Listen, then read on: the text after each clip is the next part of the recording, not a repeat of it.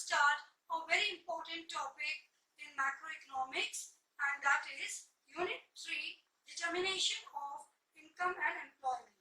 This unit is of 12 marks in CBSE board examinations as per the syllabus marking. So today we are going to go through this unit. So students, we are going to study this unit in three proportions as you can see on the board.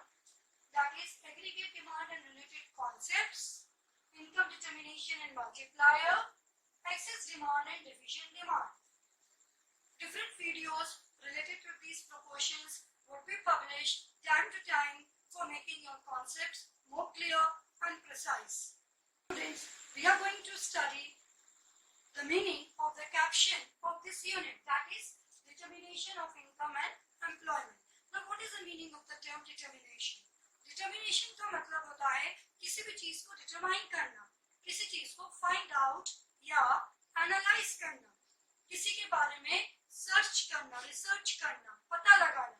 हम यहाँ पर किस चीज के बारे में पता लगा रहे हैं? हम इस चैप्टर में पता लगाएंगे about the determination of the equilibrium level of output. हम यहाँ पर इक्विलिब्रियम लेवल ऑफ आउटपुट के बारे में पता लगाएंगे इस चैप्टर में। ये हो गया डिटरमिनेशन का मतलब। इनकम, इनकम का मतलब यहाँ पर क्या है? As you can see on the board I have written, income means national income of the country. हमारी कंट्री की नेशनल इनकम को हम इनकम के नाम से यहाँ पर डिनोट कर रहे हैं। And I, which we have already studied in the first unit. उसके बाद हम आते हैं एम्प्लॉयमेंट। एम्प्लॉयमेंट से यहाँ पर किस चीज का मतलब है? एम्प्लॉयमेंट से यहाँ पर मतलब है the use of the factors of production to produce and supply the goods and services in the economy. तो यहाँ पर हम employment study कर रहे हैं in terms of the use of labor to produce the goods and services along with the other factors of production. तो determination of income and employment का क्या मतलब हुआ बच्चों? इसका मतलब हुआ कि हम नेशनल इनकम और फैक्टर्स ऑफ प्रोडक्शन की मदद से हम इक्विलिब्रियम लेवल ऑफ आउटपुट को डिटरमाइन करने जा रहे हैं। Now students, we are going to study the meaning of aggregate demand. Aggregate demand is indicated by AD. You can see it on the board. It is indicated by AD. What is aggregate demand? Aggregate demand refers to the total value of final goods and services which all the sectors of an economy are planning to buy at a given level of income during a period of one accounting year. That means एक साल में हमारी economy के जितने भी sectors हैं, there are 4 sectors in our economy.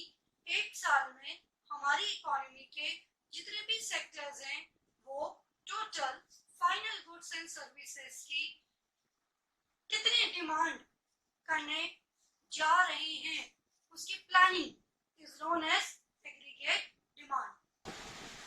The planned demand done by all the 4 sectors of the economy is known as aggregate demand.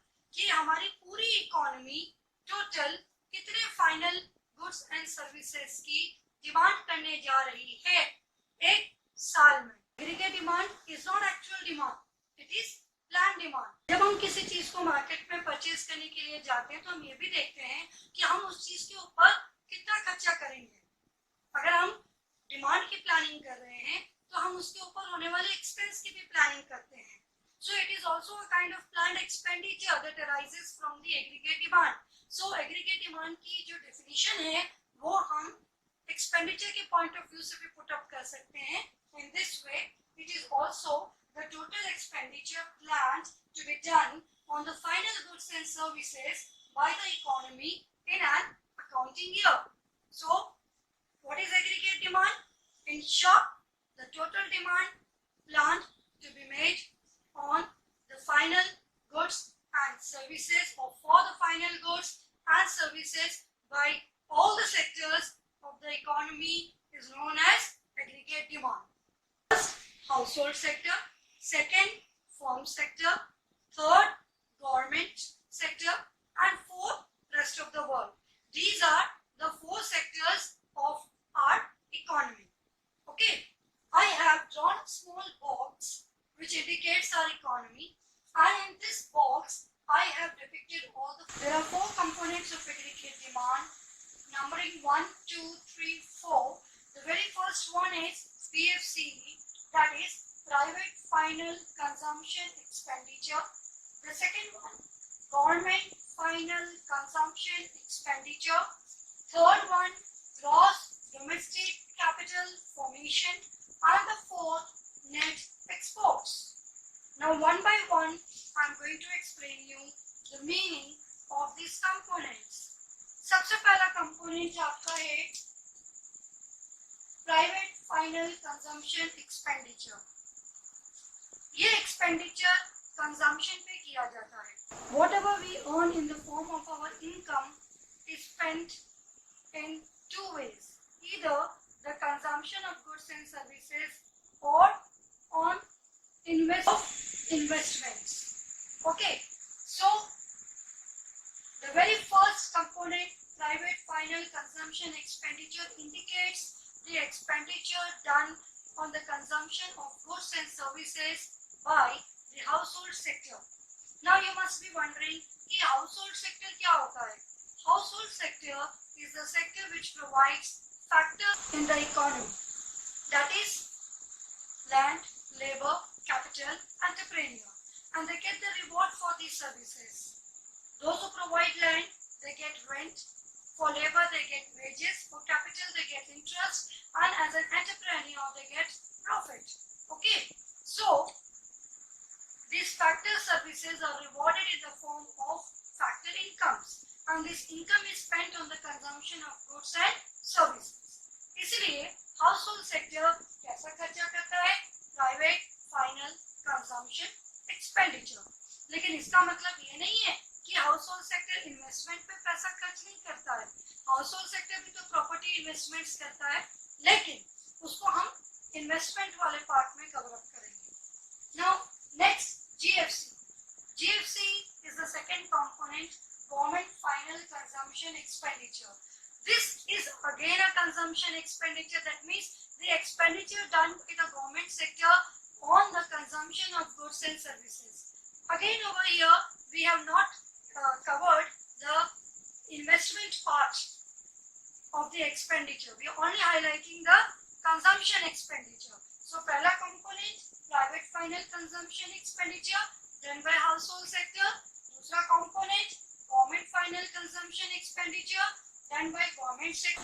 Now comes the third and the most interesting component, that is gross domestic capital formation. Now what is gross domestic capital formation? This is the investment part which I was talking about. Okay, so इस part में तीनों sectors के investments आ जाते हैं, चाहे वो household sector हो, चाहे firm हो, चाहे आपकी government sector हो. Household sector किस form में investments करता है? Property investments करता है अपने लिए. Okay, construction purpose like housing constructions etc. Form sector किस तरीके का इन्वेस्टमेंट करता है? बिजनेस इन्वेस्टमेंट्स करता है. And government in the form of construction और other infrastructural investments. Okay, so this kind of investments are covered in the gross domestic capital formation. यहाँ देखिए हमने कंजम्पशन की बात करी, यहाँ हम किसकी बात कर रहे हैं? इन्वेस्टमेंट्स की. Then comes net exports. Net exports means exports minus imports. Okay, ये फॉरेन सेक्टर की वजह से फोर्थ कंपोनेंट आपका ऐड हुआ. किसकी वजह से ऐड हुआ? फॉरेन सेक्टर की वजह से. So the fourth component is net exports. Exports minus imports. Clear? So now these are the four components of aggregate demand. अगर हम इसको कंपोनेंट्स के पॉइंट ऑफ व्यू से सिंबॉलिकली प्रेजेंट करें, so they would be indicated as AD is equal to C, consumption expenditure, plus I, investment expenditure by the firms. This one was by household.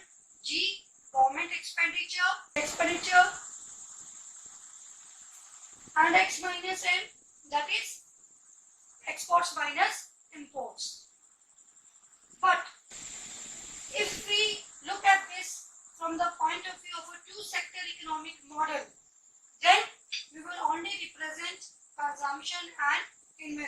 because we have household sector and firm sector in it.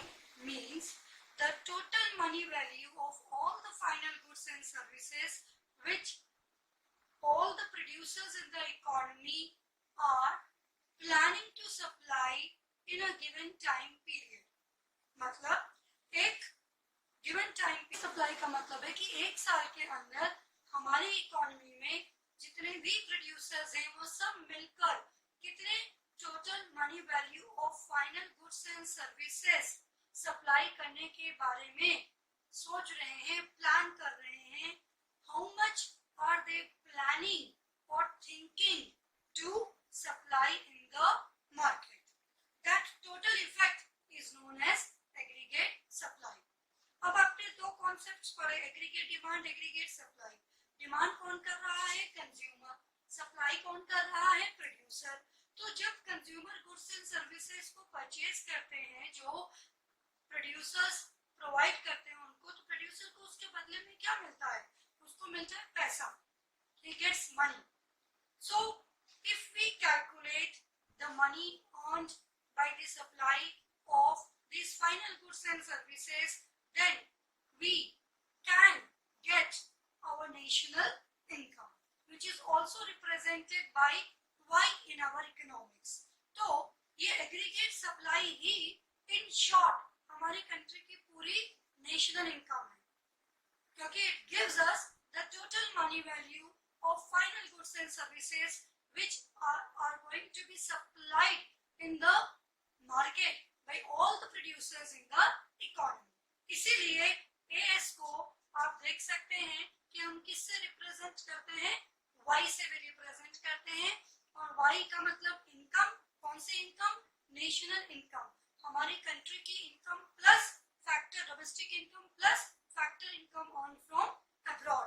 तो आपने national income and it's aggregates में उसको पढ़ाई है. तो हम इसको symbolically कैसे शो करते हैं? AS is equal to NI and you can see AS is equal to Y. This is how we express it symbolically in the form of formula. C stands for consumption. Consumption is of two types, autonomous and induced. Even when your income is zero, the consumption C is not equal to zero. That kind of consumption is known as autonomous consumption and is indicated as C bar. कि अगर हमारे पास पैसे खत्म हो जाते हैं उसके बावजूद भी हमारा कंजम्पशन जीरो नहीं होता, हम अपनी पास्ट सेविंग्स को यूज करके कंजम्पशन करते रहते हैं. जो हमने पैसा प्रीवियसली सेव कर रखा था फॉर अ बैड डे, जिसको हम इंग्लिश में बोलते हैं, उससे पैसा निकाल के हम प्रेजेंट कंजम्पशन को फुलफिल करते रहते हैं, हमारी नीड्स को पूरा करते रहते हैं. Okay, so even when your income is zero and your consumption is not zero, money that is used for this consumption comes from your past savings and it is known as this savings. Okay, because it is reducing the amount of past savings that we will study further in detail.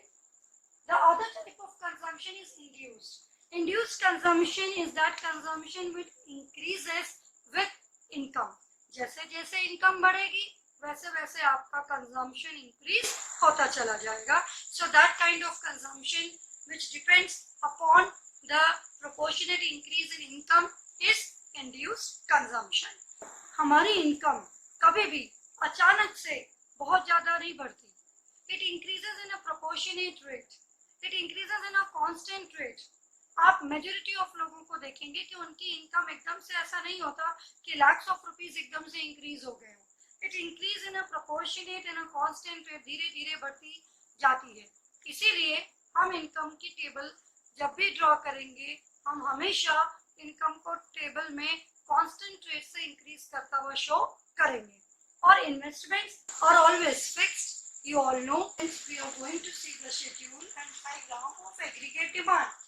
You can see on the board that I have drawn the schedule over here and I have made the diagram over here for this concept.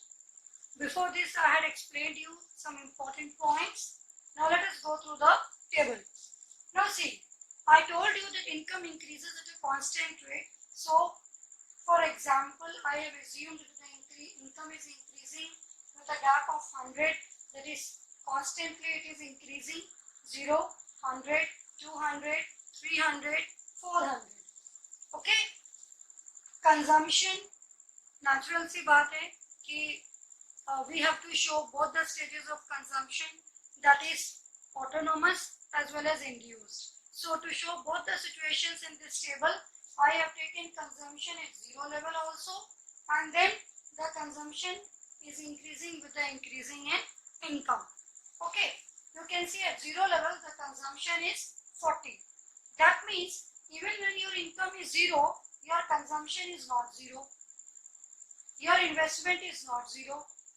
Your aggregate demand is not 0. Aggregate demand is a mixture of consumption and investment. Okay, you all know it. You all have studied it. But C is not 0. That means मैंने आपको बताया था आप अपनी past savings use कर रहे हैं और उससे अपना present consumption कर रहे हैं. अभी आज की needs को पूरा कर रहे हैं पहले के जमा करे हुए पैसों से. So जैसे ही हमारी income increase हुई, आपका कंजम्पशन और बढ़ गया. आपकी इनकम और इंक्रीज हुई, आपने पूरी इनकम अपने कंजम्पशन पे खर्च करनी शुरू कर दी. 200 रुपए आपने ऑन करे, पूरे के पूरे 200 रुपए आपने कंजम्पशन पे खर्च कर दिए. फिर आपकी इनकम और इंक्रीज हो गई, 300 हो गई. तो देखिए आपका कंजम्पशन 300 नहीं है, कंजम्पशन कम होना शुरू हो गया.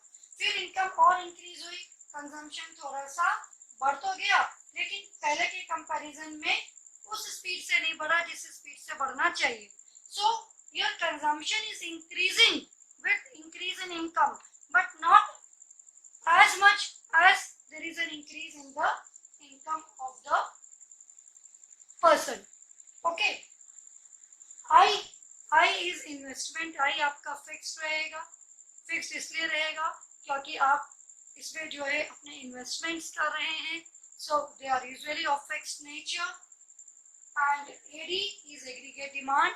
So C plus I, 40 plus 40, 80, 120 plus 40, 160, 200 plus 40, 240, 280 plus 40, 320, 360 plus 40, 400.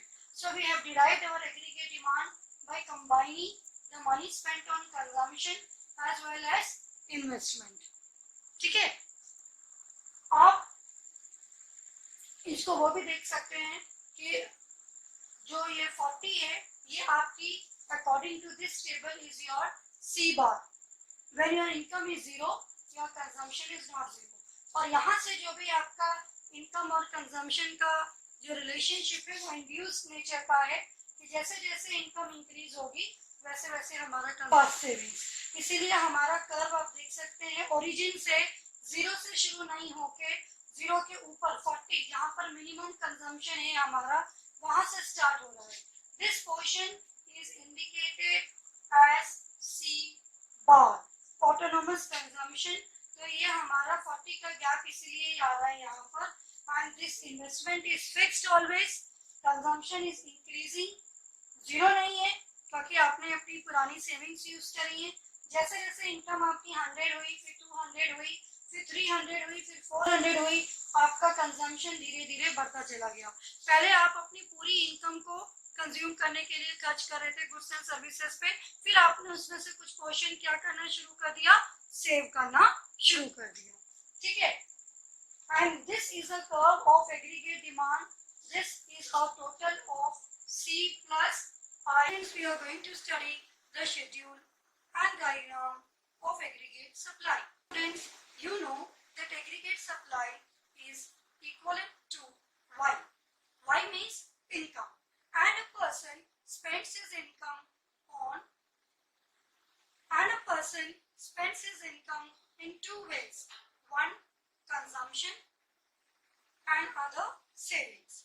यही savings हमारे आगे जाकर investment purpose के लिए काम आती है. Okay, so if we write AS is equal to Y, then Y can also be written as C plus S, consumption plus savings. So we can also write aggregate supply is equal to will study the schedule and diagram of aggregate supply. You can see the schedule clearly. We have taken income, consumption, saving and aggregate supply. income के दो टुकड़े हो गए, एक consumption और एक saving, और इन दोनों को हमने जोड़ दिया तो क्या आ गया, एग्रीगेट सप्लाई आ गया. ठीक है, तो we can see our income is increasing at a constant rate, 0, 100, 200, 300, 400. We can see that the consumption is also increasing with the increase in income. पहले 0 लेवल पर कंजम्पशन 40 है. This is autonomous consumption as I told you in the topic of aggregate demand. उसके बाद हमारी income फिर 100 हो गई तो भी हमारा कंजम्पशन 120 है. तो ये -40 और -20 आपका क्या है, you can see it clearly. It is your C bar, -C bar, which is also indicated as S bar. आप इसको S bar भी शो कर सकते हैं, या वहां आपने C बार पॉजिटिव लिया था तो यहाँ वही वैल्यू नेगेटिव में जा रही है तो आप -C बार भी उसको इंडिकेट कर सकते हैं. Okay, so what would be the aggregate supply, it would be 0. आपने 40 रुपए का कंजम्पशन किया. वो कंजम्पशन कैसे किया, आपने अपनी पुरानी सेविंग्स यूज करी, उससे उसको कंजम्पशन किया. आपने कोई इनकम अर्न नहीं करी, और जब आपने कोई इनकम अर्न ही नहीं करी, पास्ट सेविंग्स से अपना कंजम्पशन किया, तो नेचुरल सी बात है कि आपकी एग्रीगेट सप्लाई इनकम के इक्विवेलेंट होती है, तो that is also 0. Now as our income has increased, it is 100 now, but still our consumption is more than income. अभी भी 20 रुपए ज्यादा है हमारी कंजम्पशन लिमिट, तो ये कंजम्पशन भी हम कहां से कर रहे हैं, पास्ट सेविंग से ही कर रहे हैं. ठीक है, तो ये हमारी डिससेविंग हो गई क्योंकि वो सेविंग्स हमारी कम हो रही है. So what would be the aggregate supply, जितनी इनकम होगी वही आपकी एग्रीगेट सप्लाई होगी. उसके बाद आपकी इनकम 200 हो गई, जितना आपने अर्न किया आपने पूरा का पूरा कंजम्पशन पे खर्च कर दिया, तो आपकी सेविंग्स क्या हो गई, 0. यानी आपके पास सेव करने के लिए कुछ भी नहीं बचा, लेकिन आपको फायदा क्या हुआ कि आपकी पास्ट सेविंग्स बच गई. ओके, सो आपका एग्रीगेट सप्लाई कितना हो गया, 200. So your income is now 200, that is equivalent to aggregate supply. फिर आपकी इनकम बढ़ी, लेकिन अब आपकी कंजम्पशन 280 हुई, आपकी कंजम्पशन कम हुई, यानी जितना आपने कमाया आपने उससे कम खर्च किया. क्योंकि आप देखते हैं कि रियल लाइफ में जिस तेजी से हमारा इनकम का प्रोपोर्शनेट इंक्रीज होता है, उतनी तेजी से हम कंजम्पशन को नहीं बढ़ाते. हम कुछ पैसा फ्यूचर के लिए क्या करके रखते हैं, सेव करके रखते हैं. तो देखिए यहाँ हमने 20 रुपीज सेव कर लिया, और अब हमारी इनकम 300 थी, वो दो टुकड़ों में बढ़ गई.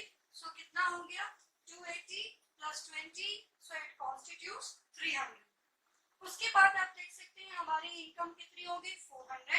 इसके फिर दो टुकड़े कर दिए हमने 360 रुपीज अपने कंजम्पशन पे खर्च किया, और 40 रुपीज हमने अपनी सेविंग्स कर ली फ्यूचर में इन्वेस्टमेंट करने के लिए.